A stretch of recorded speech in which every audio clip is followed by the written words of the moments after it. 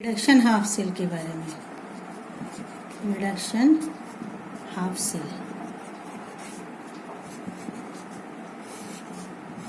या फिर इसको अपन बोलेंगे अपचयन अर्ध अभिक्रिया।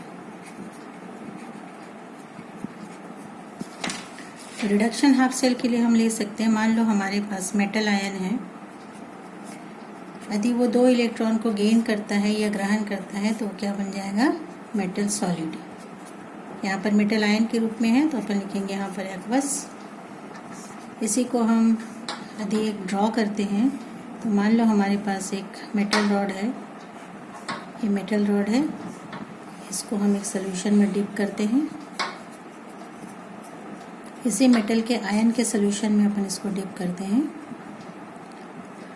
अब यदि मान लो जब ऑक्सीकरण होता है तो या जो इलेक्ट्रॉन देता है वो इलेक्ट्रॉन ही गेन करता है, तो इलेक्ट्रॉन यदि गेन करेगा तो यहाँ पर इलेक्ट्रॉन जो है इस मेटल के ऊपर डिपॉजिट होगा। जैसे ये मेटल के ऊपर डिपॉजिट होगा तो यहाँ पर जो सॉल्यूशन में जो मेटल आयन है, यहाँ पर सॉल्यूशन में जो मेटल आयन है, ये जितने भी पॉजिटिव आयन हैं, ये सभी पॉजिटिव मेटल आयन जो है वो किसकी तरफ आकर्षित हो जाएगा, नेगेटिव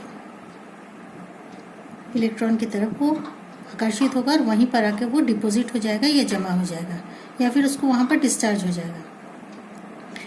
अब इस रिएक्शन में जो चार्ज में जो अंतर आएगा, इस रिएक्शन में जो चार्ज में जो अंतर आएगा, जिसके कारण क्या होगा कि यहाँ पर मेटल के रॉड और जो मेटल के सॉल्यूशन है उसमें चार्ज में जो अंतर आने के कारण यहाँ पर एक विभव उत्पन्न होगा। चार्ज में अंतर के कारण जो विभव या पोटेंशियल उत्पन्न होगा इसे हम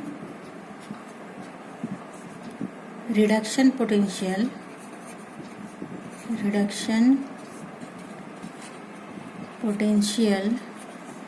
या अपचयन विभव बोलेंगे। अपचयन विभव बोलेंगे। अब इस अपचयन को अपन किस प्रकार से शो करते हैं, जैसे यहाँ पर मेटल जो है प्लस आयन, इसने 2 इलेक्ट्रॉन को गेन किया और किस में बदल गया, वो मेटल सॉलिड में। इसको अपन क्या बोलेंगे, अपचयन अभिक्रिया।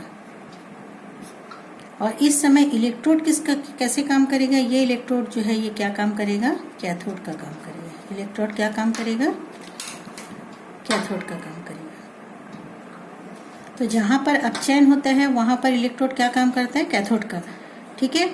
अब इसी को यदि अपने को अपचयन विभव को भी अपन किससे शो करते हैं, ई करके शो करते हैं। इसको अपन लिखेंगे, रिडक्शन पोटेंशियल है इसलिए अपन बोलेंगे आरपी। आरपी मतलब हुआ रिडक्शन पोटेंशियल। इसको अपन ऐसे भी शो किया जाता है, E M N plus N equal to M. इसको अपन बोलते हैं रिडक्शन पोटेंशियल, आर पी। इसी को यदि अपन उल्टा लिखते हैं तो क्या लिखेंगे, ई एम, फिर यदि अपन ऐसे लिखे तब उसको बोलेंगे अपन ऑक्सीडेशन पोटेंशियल। इसको बोलेंगे रिडक्शन पोटेंशियल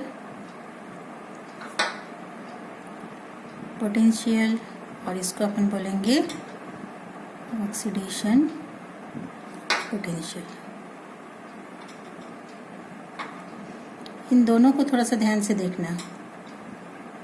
यहाँ पर आयन के फॉर्म में है, उसके बाद मेटल बना है, यहाँ पर मेटल के फॉर्म में है, उसके बाद आयन बना है।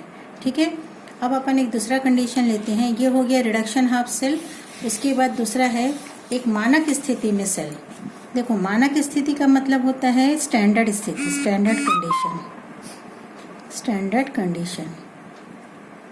स्टैंडर्ड कंडीशन को अपन किससे शो करते हैं, एस से शो करते हैं। किससे शो करते हैं, एस से। अब यहाँ पर स्टैंडर्ड कंडीशन मतलब दाब जो होगा या प्रेशर जो होगा वो कितना होना चाहिए, 1 वायुमंडलीय दाब या 1 एटमॉस्फेरिक दाब। सांद्रता मतलब C, वो कितना होना चाहिए, 1 मोलर होना चाहिए। और टेम्परेचर या मानक ताप कितना होना चाहिए, 298 केल्विन या लगभग 25 डिग्री सेंटीग्रेड होना चाहिए। ये सब जो है ये स्टैंडर्ड कंडीशन है, इसको अपन इससे शो करते हैं। अब यदि मान लो ऑक्सीडेशन पोटेंशियल या ऑक्सीकरण विभव ये जो है ऑक्सीकरण विभव जो है, ऑक्सीकरण विभव, इसको अपन शो करते हैं ओपी से। लेकिन यदि अपन उसके सामने एस, स्टैंडर्ड मतलब मानक एस, यदि इसको अपन जोड़ देंगे तो उसको बोलेंगे अपन स्टैंडर्ड ऑक्सीडेशन पोटेंशियल। उस समय ये कंडीशन वहाँ पर लागू होगा, मतलब पात्र में यदि अपन गैस के रूप में हाइड्रोजन को यूज करते हैं तो फिर वहाँ पर दाब यूज होगा, सांद्रता कितना होगा 1 m होना चाहिए और ताप कितना होना चाहिए 298 केल्विन। तो ऑक्सीकरण विभव को अपन ई से शो करते हैं और स्टैंडर्ड ऑक्सीजन पोटेंशियल को अपन ई नॉट से शो करते हैं।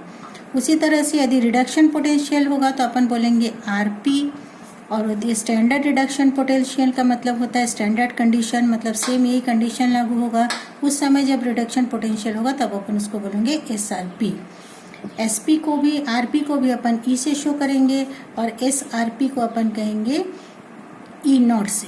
लेकिन यहाँ पर अपने को शो करना जरूरी है ऑक्सीडेशन पोटेंशियल के लिए। अपन यहाँ पर क्या करेंगे, एम मेटल, मेटल से क्या बनेगा, मेटल आयन में फॉर्म होगा। और यहाँ पर भी अपने को लिखना पड़ेगा एम मेटल से मेटल आयन। यहाँ पर कंडीशन क्या है, 1 m का सोल्यूशन होना चाहिए। और ये ऑक्सीडेशन पोटेंशियल या कोई भी जनरल ये हो सकता है। यहाँ पर भी रिडक्शन पोटेंशियल है तो अपन यहाँ पर लिखेंगे आयन से वो किस में बदल रहा है, मेटल में। और यहाँ पर भी चूँकि ये स्टैंडर्ड कंडीशन है इसलिए अपन लिखेंगे यहाँ पर से यहाँ पर मेटल सॉलिड में। यहाँ पर एक्वस हो जाएगा। इसका कंडीशन चूँकि एस है इसलिए वहाँ पर भी ये कितना हो जाएगा 1 मोलर इसका कॉन्सेंट्रेशन हो जाएगा। ये एम मतलब होता है मेटल, ठीक है, ये एम का मतलब हो गया ये 1 मोलर का सोल्यूशन है, ठीक है। अब उसके बाद अपने को पढ़ना है सॉल्ट ब्रिज के बारे में। उसके बाद किसके बारे में पढ़ना है, सॉल्ट ब्रिज। ये थर्ड हो गया। फर्स्ट क्या था, ऑक्सीकरण अर्ध सेल, फिर हो गया अपचयन अर्ध सेल और तीसरा हो गया सॉल्ट ब्रिज। सॉल्ट ब्रिज जो होता है ये एक इन्वर्टेड यू ट्यूब होता है। इन्वर्टेड मतलब इस प्रकार से उल्टा एक ट्यूब होता है, इस प्रकार से इसको अपन बोलेंगे inverted you tube. Inverted you tube होता है। इसके अंदर एक सॉल्ट भरा रहता है। इसके अंदर क्या भरा रहता है, सॉल्ट। जनरली ये सॉल्ट जो है पोटेशियम क्लोराइड, उसके बाद सोडियम क्लोराइड और सोडियम नाइट्रेट का बना हुआ होता है। एक तीसरा चीज इसमें भरा होता है, इसमें एक जेल भरा हुआ होता है जो कि अगर अगर का होता है, अगर अगर जेल बोलते हैं। ये जो जेल होता है ये वास्तव में जो विलेन होता है उसको गाढ़ा बनाता है। ये क्या करता है, विलेन को गाढ़ा बनाता है।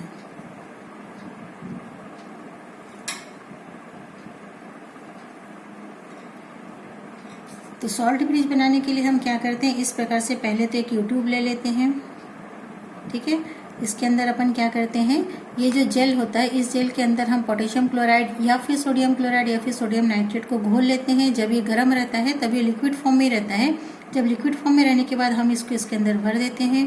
भर देने के बाद यहाँ पर अपन क्या करते हैं, कॉटन वूल प्लग लगाते हैं। क्या लगाते हैं, कॉटन वूल प्लग, जिससे कि ये गिर ना सके। उसके बाद जैसे ये ठंडा हो जाता है इसको अपन इस प्रकार से उल्टा कर देते हैं। इस प्रकार से उल्टा करके फिर दोनों जो हाफ सेल होता है उन दोनों को अपन जोड़ देते हैं। अब यहाँ पर ये जो है इसको ब्रिज किस लिए कहा जाता है, ब्रिज इसलिए कहते हैं क्योंकि यहाँ पर ये हमारे पास 2 अर्ध सेल होता है। यहाँ पर ऑक्सीकरण अर्ध अभिक्रिया होती है, यहाँ पर अपचयन अर्ध अभिक्रिया होती है। इन दोनों सेल को जोड़ने का जो काम होता है, ये तो वास्तव में तो ये बाहरी परिपथ में तो ये तार के द्वारा जुड़ा रहता है, ठीक है। यहाँ पर वोल्टामीटर होता है, लेकिन अंदर के परिपथ को कंप्लीट करने के लिए हमको यहाँ पर सॉल्ट ब्रिज की आवश्यकता पड़ती है। ये है सॉल्ट ब्रिज, क्योंकि इसके अंदर तो सोल्यूशन है। इन दोनों सोल्यूशन के अंदर सॉल्ट ब्रिज को बनाकर हम यहाँ पर कॉटन वूल प्लग लगा रहता है और जैसे ही ये इसके अंदर का जो सोल्यूशन है वो ठंडा हो जाता है, वो जेली जैसे जम जाता है और गिर नहीं पाता है। इस तरह के अंदर के परिपथ को कंप्लीट करने के लिए यहाँ पर सॉल्ट ब्रिज की आवश्यकता पड़ती है। तो बाहरी परिपथ तो किससे हो गया, तार से जुड़ जाता है, और अंदर के परिपथ जो है उसको अपन करने के लिए सॉल्ट ब्रिज का उपयोग करते हैं। तो सॉल्ट ब्रिज का जो काम है ये क्या होता है, इसका यूज़ क्या है। इसका यूज़ सबसे पहला अपन क्या देखें, सबसे पहला तो ये क्या करता है, दोनों हाफ सेल को ये जो दोनों हाफ सेल होता है उसको क्या करता है, ये कनेक्ट करता है। दूसरा ये क्या करता है, इंटरनल कंप्लीट करता है इंटरनल सेल को। इंटरनल जो सेल होता है, ये जो इंटरनल सेल होता है इसको भी क्या करता है, कंप्लीट करता है। बाहरी परिपथ तो तार से जुड़ जाता है। यहाँ पर एक चीज़ और कि कंडक्टिविटी जो है सेल को कंप्लीट करता है। कंडक्टिविटी जो है दोनों एनायन और केटायन की कंडक्टिविटी लगभग सेम होना चाहिए। और साथ में इसकी जो कंडक्टिविटी है, फोर्थ पॉइंट इसका जो है ये है कि इसकी जो कंडक्टिविटी हाई होना चाहिए, जिससे कि इसका जो फ्लो हुआ वो फास्ट हो, आयन का जो फ्लो है वो तेजी से घूम सके। अब यहाँ पर एक चीज़ और नोट करने वाली बात है, ये जो सॉल्ट ब्रिज के लिए एक चीज़ आप लोग नोट करेंगे वो ये कि यदि हाफ सेल के अंदर if any half cell contain Ag plus या Hg2+ या Pb+2+ है तो फिर KCl NaCl का उपयोग हम सॉल्ट ब्रिज में नहीं कर सकते।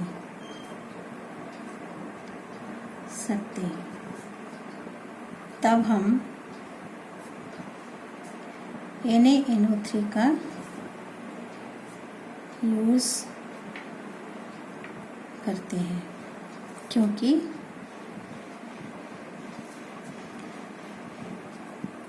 यहाँ पर जैसे सिल्वर आयन है, ये जैसे क्लोराइड आयन से ये करके क्या बना लेगा, AgCl बना लेगा और ये क्या होगा, इसका अवक्षेपण हो जाएगा, अवक्षेपण जाएगा, क्योंकि ये सब इनसॉल्युबल है,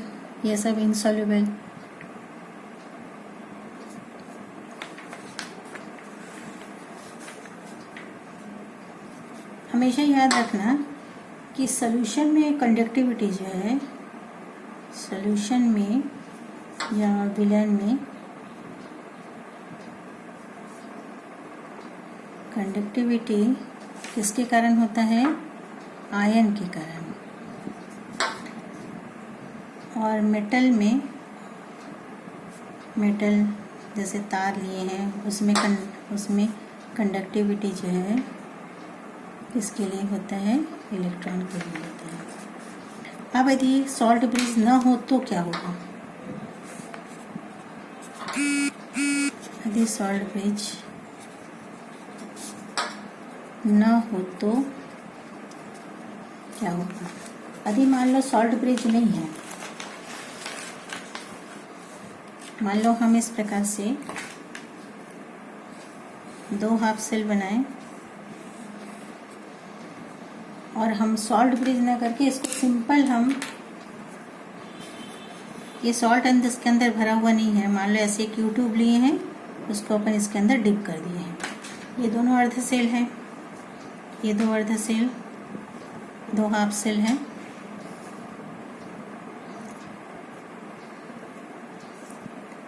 यहाँ पर सॉल्ट नहीं है, ठीक है। तो उस समय क्या होगा, ये मेटल है, ये मेटल आयन है, यहाँ पर भी ये मेटल है, ये भी क्या है, मेटल आयन है, ठीक है। डिफरेंट टाइप का ये यदि M है तो इसको M1 मान सकते हो, ये M2 मान सकते हो। अब यहाँ पर क्या होगा, यदि मान लो यहाँ पर केटायन है, यहाँ पर मान लो क्या है, केटायन है, इलेक्ट्रॉन है, केटायन है, यहाँ पर मान लो बहुत सारा धन आयन है, तब क्या होगा, यहाँ से ये फ्लो होगा, इस प्रकार से ऊपर जाएगा, यहाँ से नेगेटिव आयन इस प्रकार से ऊपर जाएगा, और दोनों के मिलने के स्थान पर जहाँ पर नेगेटिव और ये जो पॉजिटिव आयन है, ये जहाँ पर मिलेगा उस जगह को अपन क्या बोलेंगे, यहाँ पर संधि तैयार होगा, यहाँ पर क्या तैयार होगा, संधि तैयार होगा। इसको कहा जाएगा द्रव संधि विभव। यहाँ पर संधि के कारण एक विभव उत्पन्न होगा जिसको अपन क्या बोलेंगे, द्रव संधि विभव। इसको कहा जाता है EJ से शो किया जाता है। इसको क्या कहते हैं, EJ। इसको अपन बोलते हैं liquid junction potential, LJP। LJP का मतलब होता है लिक्विड जंक्शन पोटेंशियल। ये एक हानिकारक फोर्स होता है। ये क्या होता है, हानिकारक होता है। और कंडक्टिविटी को ये करता है, सेल विभव को ये हानिकारक है। और दूसरा क्या है, सेल विभव को ये कम करता है, सेल के विभव को कम कर देता है। अतः सॉल्ट ब्रिज, यदि अपन इसमें सॉल्ट भर देंगे तो सॉल्ट ब्रिज क्या करता है, सॉल्ट ब्रिज जो है, सॉल्ट ब्रिज जो है, सॉल्ट ब्रिज क्या करता है, LJP मतलब द्रव संधि विभव को, LJP को रोकता है। ठीक है, तो यदि अपन इस YouTube के अंदर अपन सॉल्ट भर देंगे तो फिर हमारे जो द्रव संधि विभव है वो नहीं होगा और सेल के विभव को कम नहीं कर पाएंगे, इसलिए अपन यहाँ पर सॉल्ट ब्रिज का उपयोग करते हैं। ठीक है। अच्छा।